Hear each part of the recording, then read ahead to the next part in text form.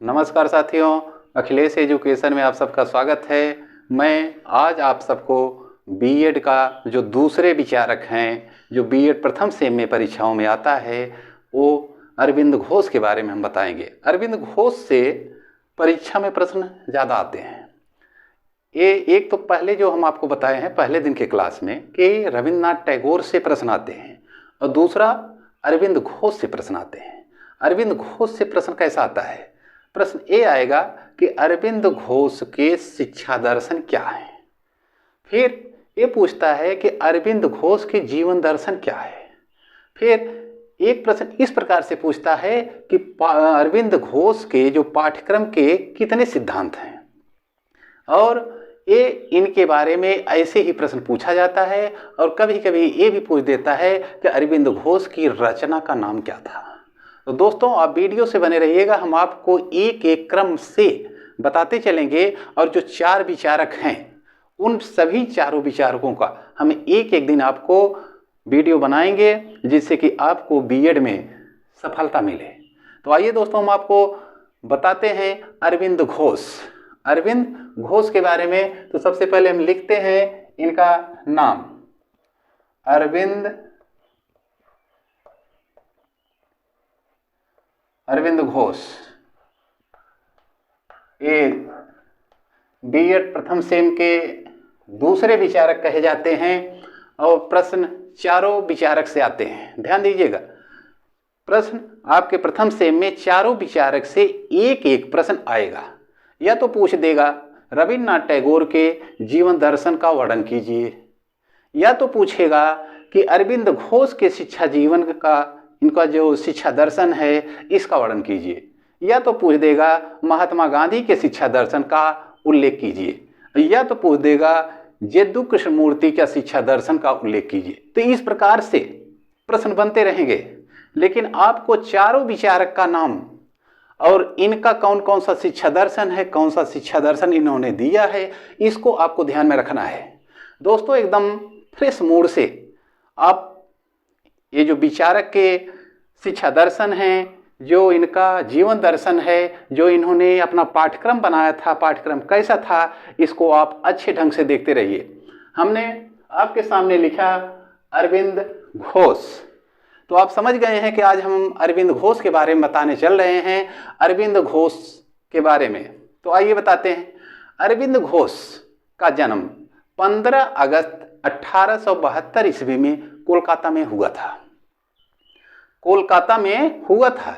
ये एक संपन्न परिवार के थे। संपन्न परिवार के थे। अरविंद घोष के पिता का नाम था कृष्णन घोष, जो प्रसिद्ध सिविल सर्जन भी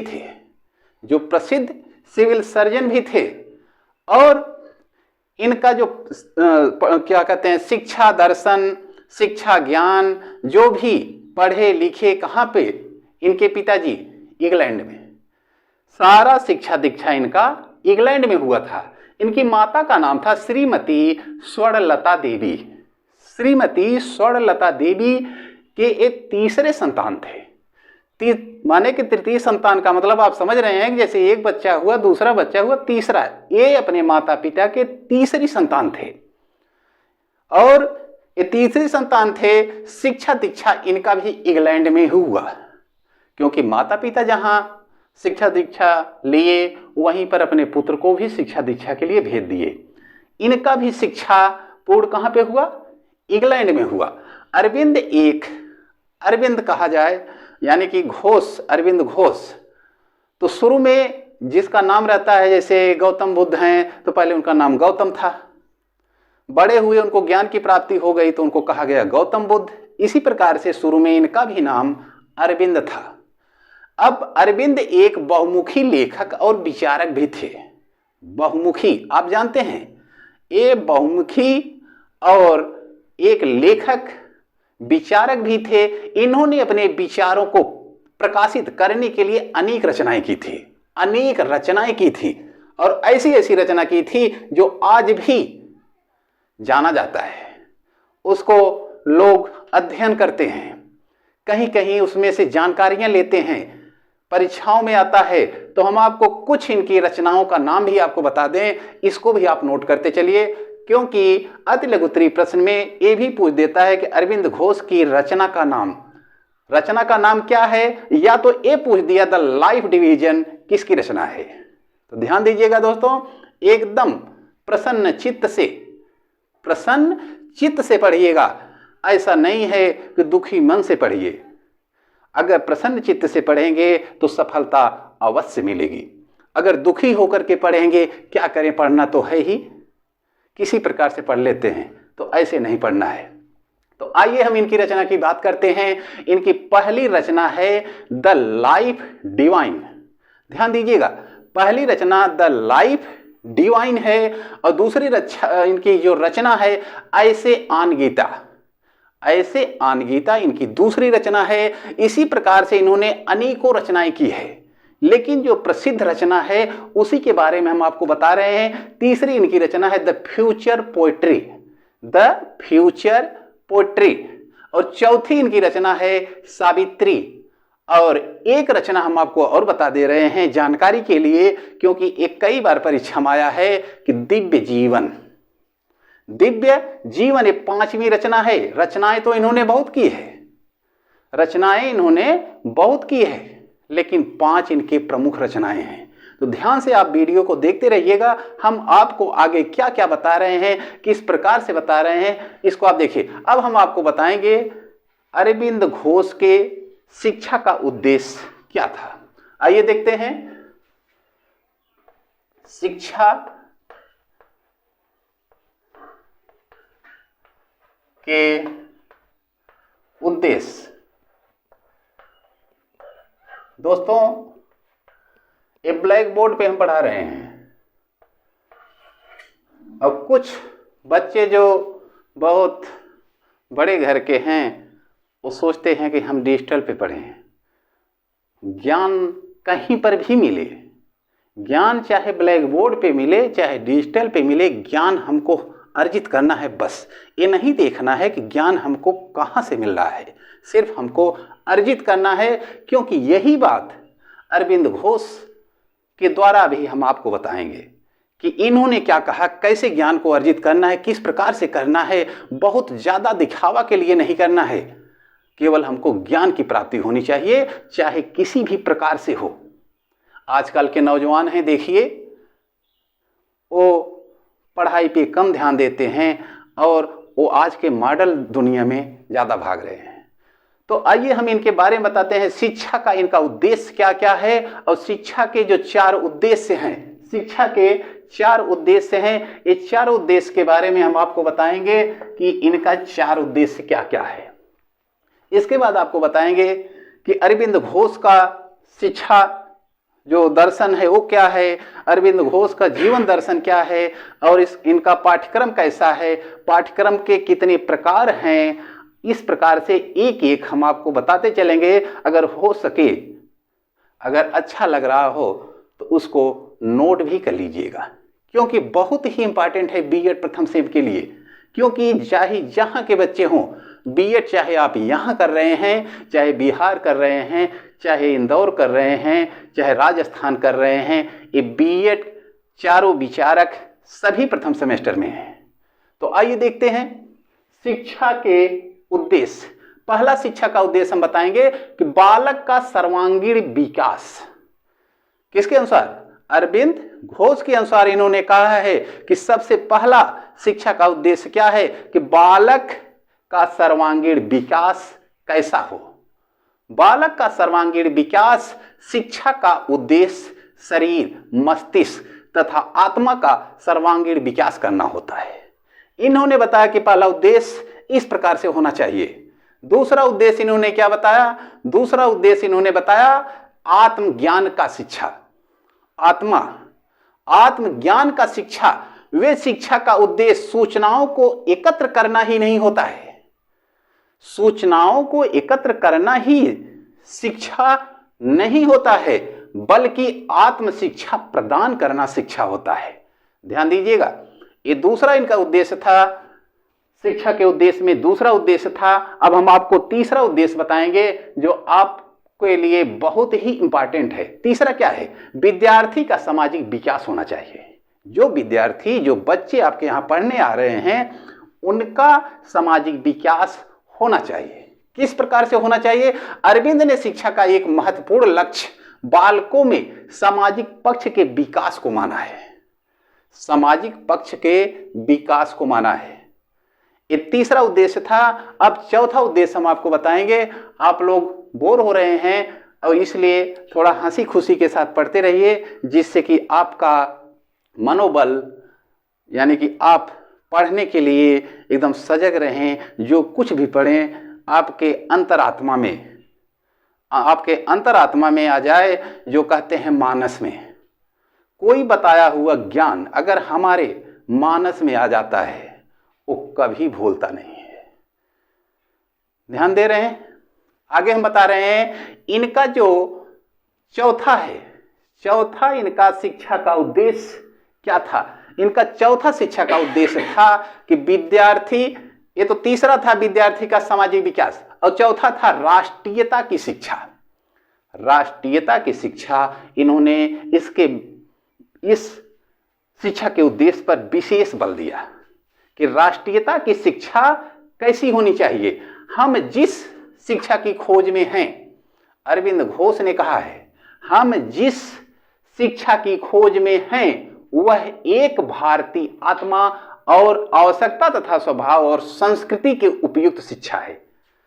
इसके उपयुक्त शिक्षा है। अब इन्होंने इसके बारे में और क्या कहा? सामंजस्य की शिक्षा। वे शिक्षा को सौंदर्य पर आधारित करना चाहते थे। वे शिक्षा को सौंदर्य पर आधारित करना चाहते थे। सौंदर्य माने कोई चीज बहुत सुंदर हो, कोई चीज, या जैसे प्रकृति बहुत सुंदर हो, या जहाँ का रहन सहन है वहाँ का रहन सहन बहुत सुंदर हो। तो ये कहना चाहते हैं कि सौंदर्य पर आधारित करना चाहते थे ताकि सत्य की अनुभूति हो सके, हो सके। इन्होंने कितनी अच्छी बात कही है। आगे इन्होंने और अच्छी बात बताई है कि पाठ्यक्रम के सिद्धांत कितने हैं, यानी कि पाठ्यक्रम कैसा होना चाहिए, पाठ्यक्रम कैसा होना चाहिए, किस प्रकार का होना चाहिए, जिससे बच्चों का लगाव बना रहे। हमारे जैसे बच्चे, आपके जैसे बच्चे नहीं, ये छोटे बच्चों की बात कर रहे हैं। अरविंद घोष जी छोटे बच्चों की बात कर रहे हैं कि छोटे बच्चों को कैसी परवरिश, कैसी मातृभाषा, किस प्रकार से रहन सहन वातावरण में इनको रहना चाहिए कि जिससे इनका विकास हो सके। तो आगे हम चलते हैं। इस प्रकार से आगे बताएंगे कि पाठ्यक्रम का सिद्धांत। अरविंद घोष ने 3 सिद्धांत बताया है। 3 सिद्धांत, कैसा सिद्धांत इन्होंने बताया है, आइए इस पे देखते हैं। पाठ्यक्रम के 3 सिद्धांत। दोस्तों ध्यान से देखते रहिएगा, क्योंकि परीक्षा निकट में है, जिससे आपको सफलता मिल जाए। पाठ्यक्रम के सिद्धांत, जब आपको सफलता मिल जाएगी तो हम यही सोचेंगे कि हम बच्चों को जो कुछ भी बताए उनको समझ में आ गया। तो इसके 3 सिद्धांत हैं और शिक्षा के उद्देश्य 4 हैं। हम पहले बता चुके हैं। पाठ्यक्रम के सिद्धांत 3 हैं। पाठ्यक्रम के सिद्धांत 3 कौन कौन से हैं पहले आप समझ लीजिए। इसके बाद थोड़ा बहुत ज़रूरत पड़ेगा तो हम लिख भी देंगे। इसलिए लिख देंगे जैसे आपको भी लगे। कहते हैं ना कि फला टीचर ऐसे पढ़ाता है, लिखता नहीं है। अगर लिखता है तो बताता नहीं है, अगर बता रहा है, लिखा रहा है, तब कोई और दूसरी बात आएगी। तो आइए, पाठ्यक्रम के 3 सिद्धांत अरविंद घोष जी ने बताया है। अरविंद घोष जी ने पाठ्यक्रम के 3 सिद्धांत बताए हैं। अब ये पहला सिद्धांत क्या है, आइए देखते हैं। पहला सिद्धांत इन्होंने कहा कि बालक स्वयं सीखता है। बालक स्वयं सीखता है, अध्यापक उसका केवल सहायता सुसुप्त शक्तियों के समझने में करता है। दोस्तों बहुत ही अच्छी बात इन्होंने कहा है, आप ध्यान दीजिएगा। बालक स्वयं सीखता है। बालक स्कूल में जाएगा तो आप जो कहेंगे उसको थोड़ी मानेगा। छोटा सा बालक अगर है तो उसको आप बुलाएंगे इधर तो जाएगा उधर। तो बालक स्वयं सीखता है, अध्यापक केवल उसका सहायता सुसुप्त शक्तियों के समझाने में करता है। ध्यान दीजिएगा, बहुत अच्छी बात है। फिर इन्होंने दूसरा सिद्धांत इन्होंने क्या दिया, पहला सिद्धांत तो आप समझ गए होंगे, याद रखिएगा, परीक्षा में प्रश्न अवश्य आ सकता है कि अरविंद घोष के पाठ्यक्रम के सिद्धांतों का वर्णन कीजिए, सिद्धांतों का वर्णन कीजिए। तो आपको अगर याद रहेगा कि 3 सिद्धांत हैं, तीनों सिद्धांत अगर आपको याद है तो आप आंख मूंद करके लिख सकते हैं कि बालक स्वयं सीखता है, अध्यापक केवल क्या करता है, उनके सुसुप्त शक्तियों का, सुसुप्त माने सोना जागना दोनों होता है, जागते रहना सोते रहना। जैसे कि कुत्ता होता है, आप देख रहे होंगे को सो रहा है, लेकिन जब आप एक ढेला मारेंगे तो भाव से करता है। क्यों करता है? वो सुसुप्त रहता है, माने आधा सोया है और आधा जाग रहा है। तो आइए हम बताते हैं आपको पाठ्यक्रम का दूसरा सिद्धांत क्या है, अरविंद घोष के पाठ्यक्रम का दूसरा सिद्धांत क्या है। ध्यान से वीडियो को देखते रहिएगा दोस्तों। अगर हम मेहनत कर रहे हैं तो एक लाइक कर दीजिएगा, लाइक नहीं किए हैं, क्योंकि लाइक बहुत महत्वपूर्ण होता है, खास करके उसके लिए जो पढ़ाता है। उसको ये लगता है कि हमको जो पढ़ा रहे हैं बच्चे खुश होकर के लाइक किए, बाकी हम आपसे कुछ नहीं कह रहे हैं कि कुछ करिएगा। चलिए आइए बताते हैं हम आपको अरविंद घोष का जो दूसरा सिद्धांत है। इन्होंने दूसरा सिद्धांत क्या कहा, पाठ्यक्रम बच्चों को ध्यान में रख करके बनाना चाहिए, पाठ्यक्रम बच्चों को ध्यान में रख करके बनाना चाहिए कि वो बच्चा कैसा है। अगर बच्चा छोटा है, उसको ABCD इंग्लिश में एप्पल, एलिफेंट, बनाना ये सब बताना शुरू कर देंगे तो क्या समझेगा? कुछ नहीं समझेगा। क्यों?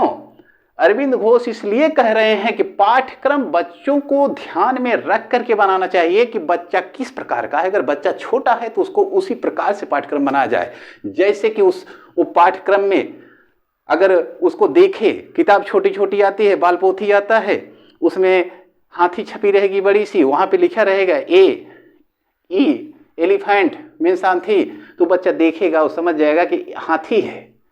तो इसीलिए इन्होंने कहा है कि बच्चों को ध्यान में रख करके पाठ्यक्रम बनाया जाए। तीसरा इनका सिद्धांत जो अंतिम सिद्धांत है उसको ध्यान रखिएगा। इसके लिए इन्होंने क्या कहा, इसके लिए अरविंद घोष ने कहा कि पाठ्यक्रम निर्माण में वर्तमान से भविष्य तक, पाठ्यक्रम के निर्माण में वर्तमान से भविष्य तथा समीप से दूर का सिद्धांत अपनाना चाहिए।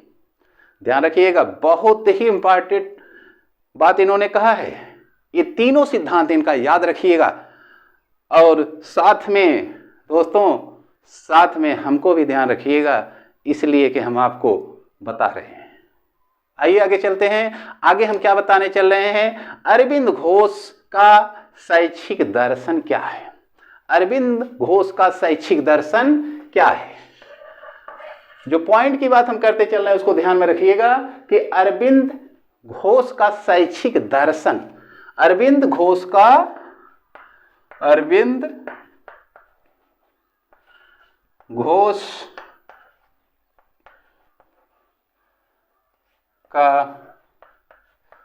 शैक्षिक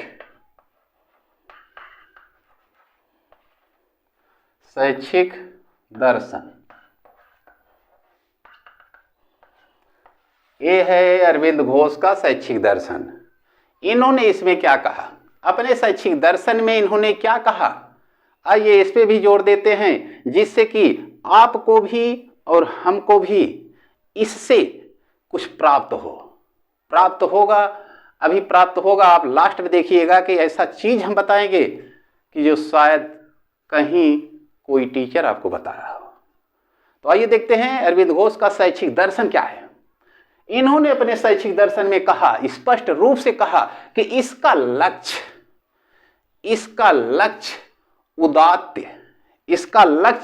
उदात्त सत्य का ज्ञान है। इसका लक्ष्य उदात्त सत्य का ज्ञान है, जो समग्र जीवन दृष्टि द्वारा प्राप्त होता है, जो समग्र जीवन दृष्टि द्वारा प्राप्त होता है। दोस्तों ध्यान रखिएगा, अरविंद घोष ने मस्तिष्क की धारणा स्पष्ट करते हुए कहा है कि मस्तिष्क के विचार स्तर क्या होते हैं, चित्त होता है, मानस होता है, बुद्धि होता है, आत्मज्ञान होता है। दोस्तों ये चारों चीज, ये जो चारों पॉइंट अभी हमने कहा, चित्त, मानस, बुद्धि, आत्मज्ञान, ये सबसे इम्पॉर्टेंट है। अरविंद घोष का ये सबसे इम्पॉर्टेंट है, सॉरी दोस्तों, इम्पॉर्टेंट है, जो कि इन्होंने कहा चित्त, मानस, बुद्धि और आत्मज्ञान होते हैं जिनका क्रमशः विकास होता है। इसी के द्वारा, किसके द्वारा? चित्त, मानस, बुद्धि और क्या? आत्मज्ञान। इसके द्वारा जिनका क्रमशः विकास होता रहता है। बहुत ही इंपॉर्टेंट है दोस्तों, इसको ध्यान में रखिएगा।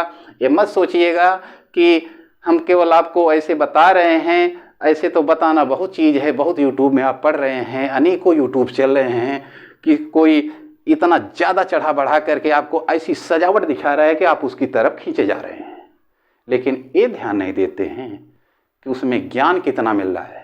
तो आइए इसके आगे हम चलते हैं। इसके आगे किस बात पे क्या बात करेंगे? अभी हमने बताया इन्होंने क्या कहा, चित्त, मानस, बुद्धि और आत्मज्ञान।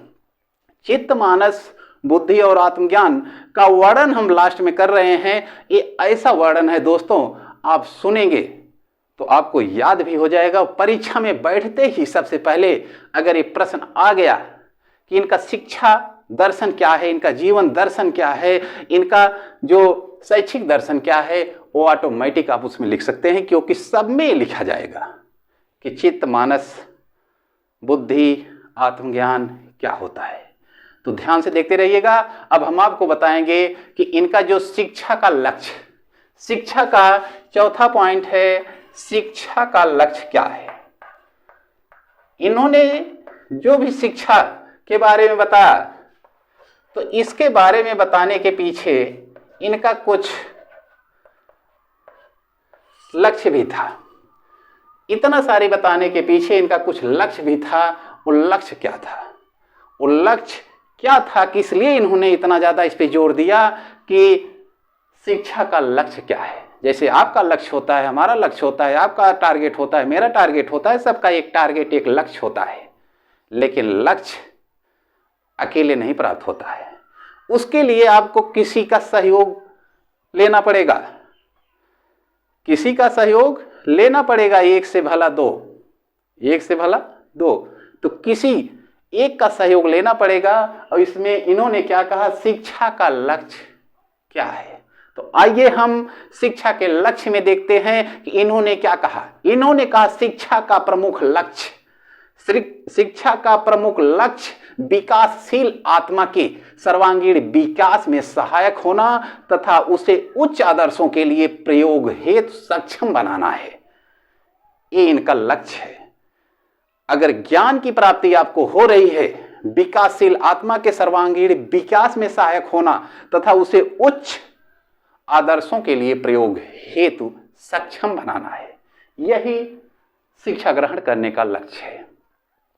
तो दोस्तों आप ध्यान से देखते रहिएगा। अभी बहुत इंपॉर्टेंट टॉपिक आगे है, यानी कि चित्त, मानस, बुद्धि और अंतर्ज्ञान के बारे में बताने के लिए आगे हम पहले, अब इसके पहले बता दे रहे हैं कि पाठ्यक्रम कैसा होना चाहिए।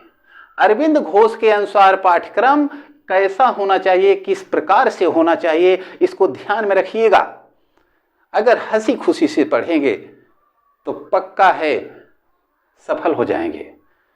अगर दिमाग यहाँ नहीं है, केवल आप देख रहे हैं, तो असफलता ही हाथ लगेगा, सफलता नहीं।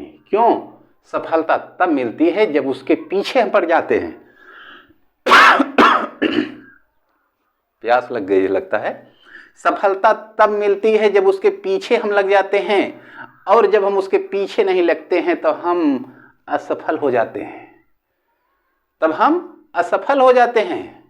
कुत्ता है, चिड़िया है, वो दाने चुनने के लिए आपके घर पे आती हैं, आप उसको उड़ा देते हैं। कुत्ता आता है खाने के लिए, आप उसको भगा देते हैं, लेकिन वो आप भगाएंगे फिर वापस आएगा, आप भगाएंगे फिर वापस आएगा। क्यों आता है? वो प्रयास जारी रखता है, क्योंकि वो जानता है लगातार प्रयास करेंगे तो हमको सफलता अवश्य मिलेगी। और ठीक उसी प्रकार से इन्होंने भी कहा है कि अगर आपको सफलता पाना है तो आपको भी उसके पीछे लगे रहना है। अगर आप पीछे लगे रहेंगे तो आप सफल अवश्य हो जाएंगे। तो आइए आगे हम बताते हैं पाठ्यक्रम। इन्होंने पाठ्यक्रम कैसा बनाया कि छोटे बच्चों के लिए पाठ्यक्रम कैसा होना चाहिए, किस प्रकार का होना चाहिए।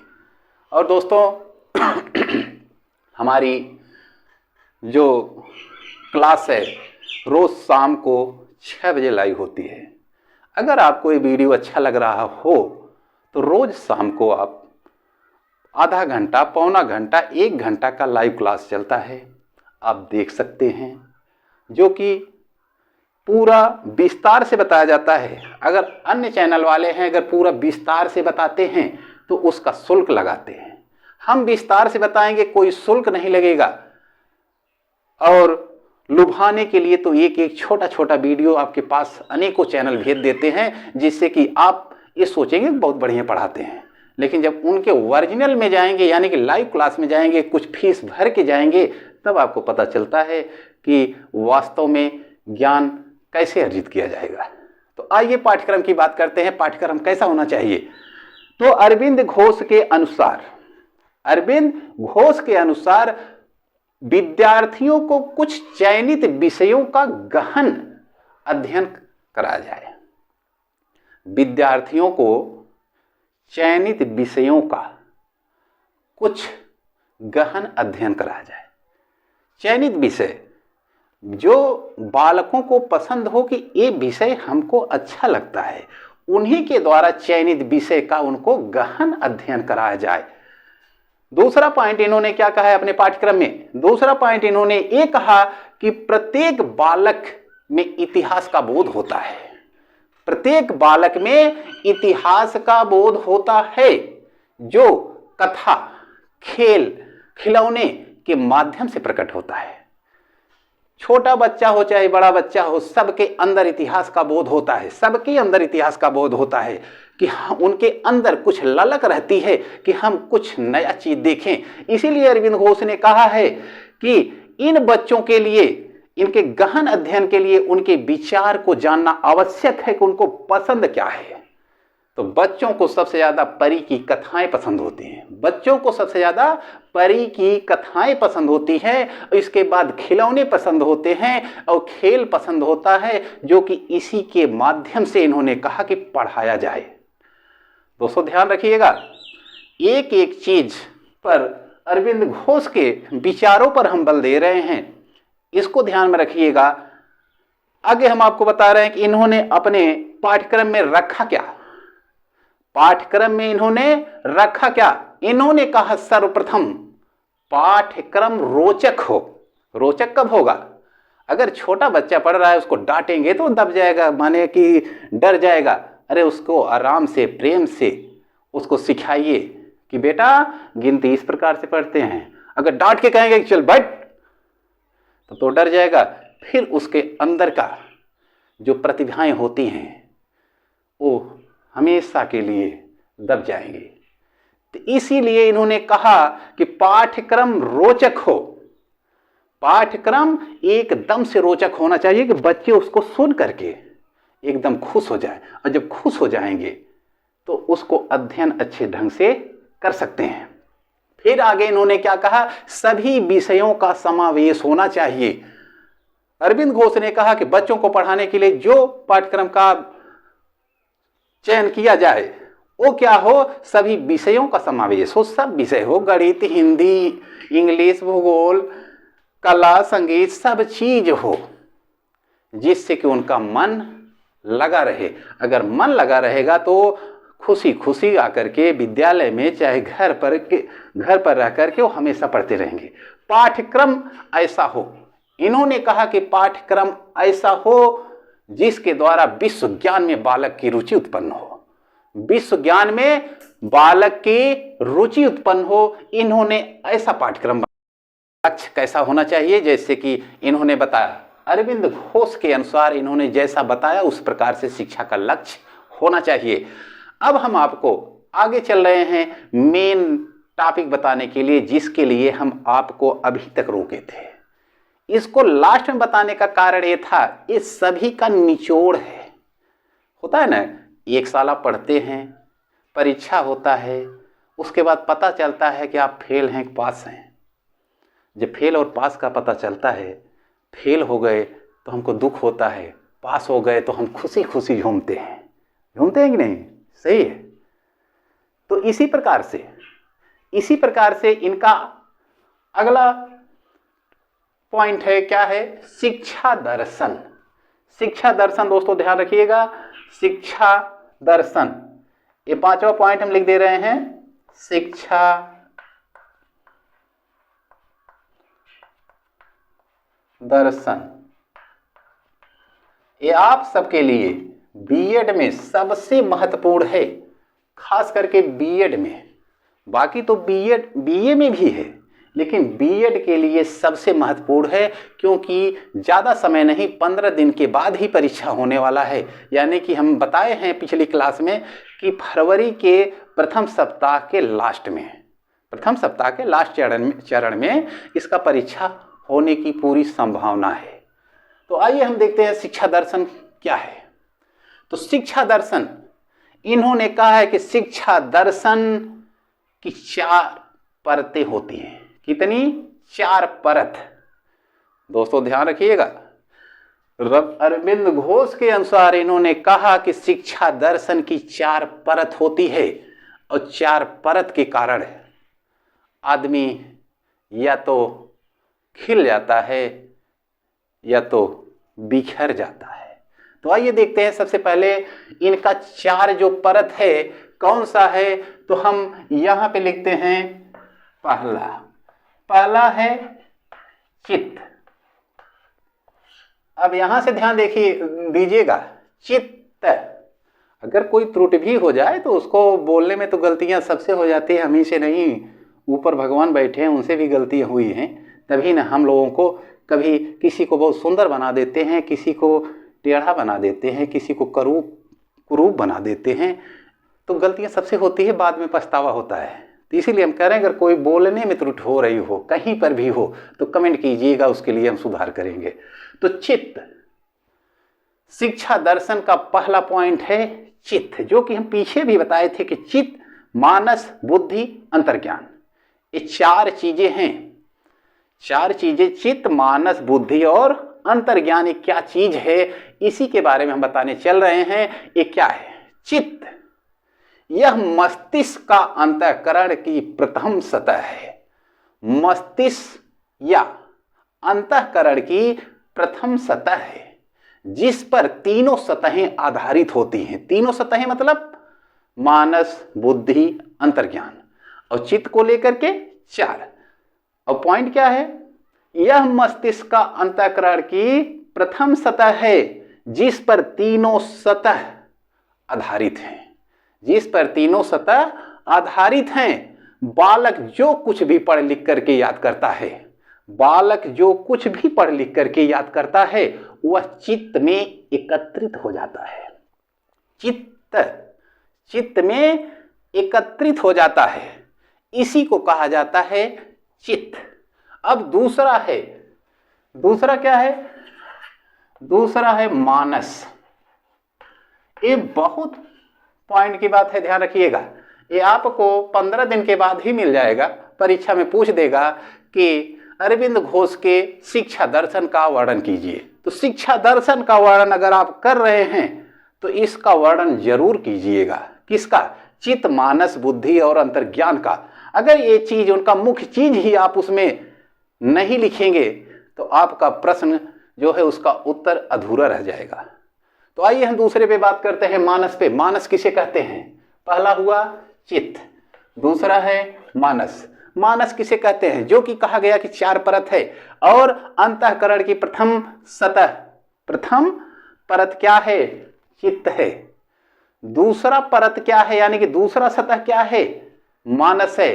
अब मानस किसे कहते हैं? आप लोग भी सोच के बताइए या कमेंट कीजिए कि मानस किसे कहते हैं। फिर भी आप कमेंट करते रहिए, हम उसको बताते रहें। मस्तिष्क की दूसरी सतह है, मस्तिष्क की दूसरी सतह है, जिसे असली मस्तिष्क मानते हैं, जिसे असली मस्तिष्क मानते हैं, जो दिल स्वीकार करता है।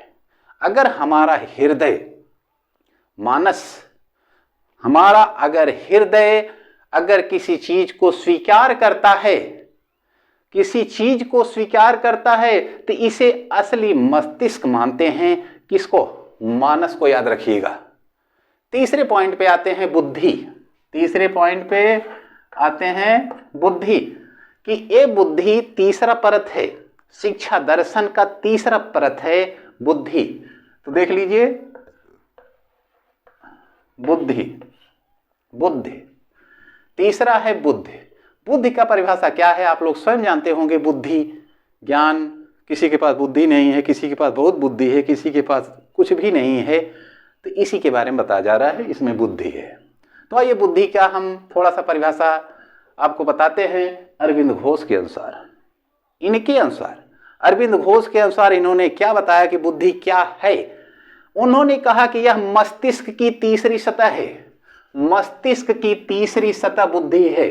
पहली सतह चित्त है, दूसरी सतह मानस है, तीसरी सतह बुद्धि है। लेकिन सबसे बढ़िया सतह कौन सी है? मानस है।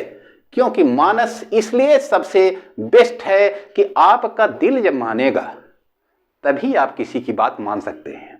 अगर आपका दिल नहीं मानता है तो आप कदापि नहीं मानेंगे। अगर आपके मानस में, आपके मानस कह रहा है कि आज हमें अच्छा चीज पकवान खाना है, अगर अच्छा नहीं मिला तो मानस आपका निराश रहेगा। माने कि दिल से, इच्छा से अगर आप खा लिए अच्छा चीज तो आपका मन संतुष्ट हो गया। तो आइए हम इसका पहले वर्णन करते हैं। बुद्धि क्या चीज है, बुद्धि किसे कहते हैं? यह मस्तिष्क की तीसरी सतह है जिसमें विचार करने की शक्ति होती है। बुद्धि क्या है? ये मस्तिष्क की तीसरी सतह है जिसमें विचार करने की क्या होती है? शक्ति होती है। मस्तिष्क में जो विचार पहुंचते हैं, मस्तिष्क में जब विचार पहुंचते हैं तो माने कि कोई भी चीज जो तीसरी सतह है, इसमें विचार करने की इतना ज्यादा शक्ति होती है और पूरा विचार करने के बाद ये मस्तिष्क में विचार पहुंच जाते हैं। जब मस्तिष्क में विचार पहुंच जाता है तब हम समझते हैं ये सही है। पहले हम दिमाग से सोचे, फिर हृदय से सोचे, हृदय से सोचने के बाद हमारा हृदय कहा ये सही है, तब जाकर के क्या करते हैं, तब ये आपके मस्तिष्क में विचार पहुंच जाता है कि अब हम इसको आगे किसी दूसरे को बता सकते हैं। अब आगे दोस्तों है अंतिम, यानी कि चौथा पॉइंट। चौथा पॉइंट क्या है? अंतर्ज्ञान। चौथा पॉइंट क्या है? अंतर्ज्ञान। चौथा पॉइंट है अंतर्ज्ञान, जो कि पहला चित्त, दूसरा मानस, तीसरा बुद्धि, चौथा अंतर्ज्ञान। अंतर्ज्ञान को चेतना की शक्ति भी कहा जाता है। अंतर्ज्ञान को चेतना की शक्ति कही जाती है। क्यों कहा जाता है? क्योंकि अंतर्ज्ञान सबके अंदर नहीं होता है। अंतर्ज्ञान सबके अंदर नहीं होता है। एक कुछ विरल ही व्यक्तियों में पाया जाता है। विरल का मतलब आप जानते हैं, विरल ही, और विरल का मतलब कि बहुत कम। तो ये अंतर्ज्ञान बहुत ही विरल, इस ज्ञान का प्रकाश जो चेतना की शक्ति होती है, चेतना की शक्ति, इससे ज्ञान का प्रकाश मिलता है। अंतर्ज्ञान या चेतना की शक्ति, अंतर्ज्ञान या चेतना की शक्ति इसे कहा जाता है। इसमें ज्ञान का प्रकाश मिलता है, इसमें ज्ञान का प्रकाश मिलता है। यह बिरले मनुष्य के पास होता है, बहुत कम मनुष्य के पास होता है। जिस मनुष्य के पास अंतर्ज्ञान की शक्ति हो गई, वो यहीं पर बैठ करके बता सकता है कि आपके मन में क्या चल रहा है, हमारे मन में क्या चल रहा है, किसी दूसरे के मन में क्या चल रहा है। क्यों? उसको ज्ञान की प्राप्ति हो जाती है, मोह माया उससे मुक्ति हो जाता है, मोह माया से मुक्त हो जाता है। सिर्फ वो ध्यान अपना कहाँ पे करता है? ऊपर, परमात्मा को, सिर्फ परमात्मा को ध्यान करता है। उसी के अंतर्ज्ञान की शक्ति पाई जाती है, जिसे चेतना की शक्ति कही जाती है। और इससे ज्ञान का जो प्रकाश मिलता है, हमने यह बताया कि यह बिरले ही मनुष्य के पास पाया जाता है, बहुत कम ही मनुष्यों के पास पाया जाता है। तो आइए इसके साथ साथ में हम आपको एक चीज और बता दें कि इनका जो पाठ्यक्रम था किस प्रकार का था, पाठ्यक्रम इनका किस प्रकार का था। इन्होंने कहा कि पाठ्यक्रम ऐसा हो कि बच्चों के अनुसार हो, और बच्चों के अनुसार है तो कैसा होना चाहिए। इन्होंने कहा भजन के द्वारा, इन्होंने कहा भजन के द्वारा, इन्होंने कहा कीर्तन के द्वारा, इन्होंने कहा ध्यान के द्वारा, इन्होंने कहा योग के द्वारा। योग योग छोटे बच्चों को बताना चाहिए कि ऐसा बेटा योग होता है, इस प्रकार से योग करते हैं जिससे कि बच्चे आगे चल करके उनके अंदर वो रोग से ग्रसित न हो। इसलिए उन्होंने बताया कि योग धर्म का ज्ञान होना चाहिए, उनको धर्म के बारे में बताना चाहिए, धर्म शास्त्र क्या है उनको उसकी बातों को बताना चाहिए, योग बताना चाहिए, कला बताना चाहिए, गणित बताना चाहिए, इतिहास बताना चाहिए। और ये सभी घोष ने बताया कि पाठ्यक्रम इस प्रकार का होना चाहिए कि वो रोचक हो। अगर रोचक होगा तो बच्चे उसको ध्यान से, लगन से उसको ज्ञान की प्राप्ति करेंगे। तो दोस्तों, आज हम आपको बता रहे थे अरविंद घोष के बारे में। अरविंद घोष का जन्म कब हुआ, इन्होंने अपना जीवन दर्शन के बारे में कैसा बताया, इनकी रचना क्या थी, फिर इनके माने कि शिक्षा दर्शन क्या था, शिक्षा का लक्ष्य क्या था, फिर शिक्षा दर्शन क्या क्या था, पाठ्यक्रम के सिद्धांत कौन कौन से थे, ये सब सारी बातें हमने आपको बताया। ये जो कि बहुत ही महत्वपूर्ण है। परीक्षा में कैसे प्रश्न आएगा इसको देख लीजिएगा। परीक्षा में प्रश्न आएगा कि शिक्षा के उद्देश्यों का वर्णन कीजिए। नाम लिख के आएगा, अरविंद घोष के शिक्षा के उद्देश्यों का वर्णन कीजिए। दूसरा प्रश्न, अरविंद घोष के पाठ्यक्रम के सिद्धांत का वर्णन कीजिए। अरविंद घोष के सिद्धांत का वर्णन कीजिए। अगला प्रश्न आएगा, अरविंद घोष का शैक्षिक दर्शन क्या है। अरविंद घोष का शैक्षिक दर्शन क्या है। फिर आगे आएगा कि अरविंद घोष का शिक्षा का लक्ष्य क्या था, शिक्षा का लक्ष्य क्या था। और अंत में है, अरविंद घोष के शिक्षा दर्शन की विवेचना कीजिए। इस प्रकार से प्रतिवर्ष इसमें से एक प्रश्न आएगा, जो कि हम सभी आपको बताए हैं। उसको आप ध्यान में रखिएगा कि इनके एक एक पॉइंट का हमने आपको विस्तार से वर्णन किया है, इसको ध्यान में रखिएगा। इतना सारा कार्य जो कि अभी अरविंद घोष के बारे में बताने के लिए बहुत कुछ है, लेकिन बीएड में परीक्षा, जो बीएड की परीक्षा है उसमें इसके बाहर नहीं आएगा। इसीलिए हम आपको सिर्फ पॉइंट की बात बताए हैं कि बीएड में कैसा आएगा। बताने के लिए तो बहुत है, इनकी कहानी है, ये कहाँ पे पढ़े, किस प्रकार से पढ़े, फिर इनकी पत्नी का देहांत कब हुआ, इनकी माता का देहांत कब हुआ, और फिर किस प्रकार से इन्होंने अपने आश्रम की स्थापना कराई, अपने आश्रम की भी स्थापना कराई। और स्थापना करने के बाद इन्होंने अपना जो योग पर बल देते थे, इन्होंने योग आश्रम कहाँ पे बनवाया, कितने सन में बनवाया, बहुत सारी बातें हैं। लेकिन हम आपको सिर्फ पॉइंट की बात बता रहे हैं कि जो बीएड की परीक्षा में आएगा। इसीलिए दोस्तों, अब लास्ट में हम आपको ये बताएंगे कि इतने महान विचारक अरविंद घोष का इनकी अंतिम दिन यानी कि इनकी मृत्यु 5 दिसंबर 1950 ईस्वी को ये महान विचारक की मृत्यु हो गई। और बाकी चीज और सारे हैं कि इनका और क्या है कि इनके जो आश्रम थे कब बना, स्थापना कितने सन में हुआ, ये आपके काम की चीज़ नहीं है, इसलिए इसे हम आपको नहीं बता रहे हैं। उतना ही चलिए कि जो परीक्षा में आए। तो दोस्तों, अगर वीडियो अच्छा लगा हो तो आप लाइक कर दीजिएगा और अपने सहपाठियों को भी शेयर कर दीजिएगा। और अगला क्लास, कल का क्लास रहेगा महात्मा गांधी का जीवन दर्शन। नमस्कार दोस्तों।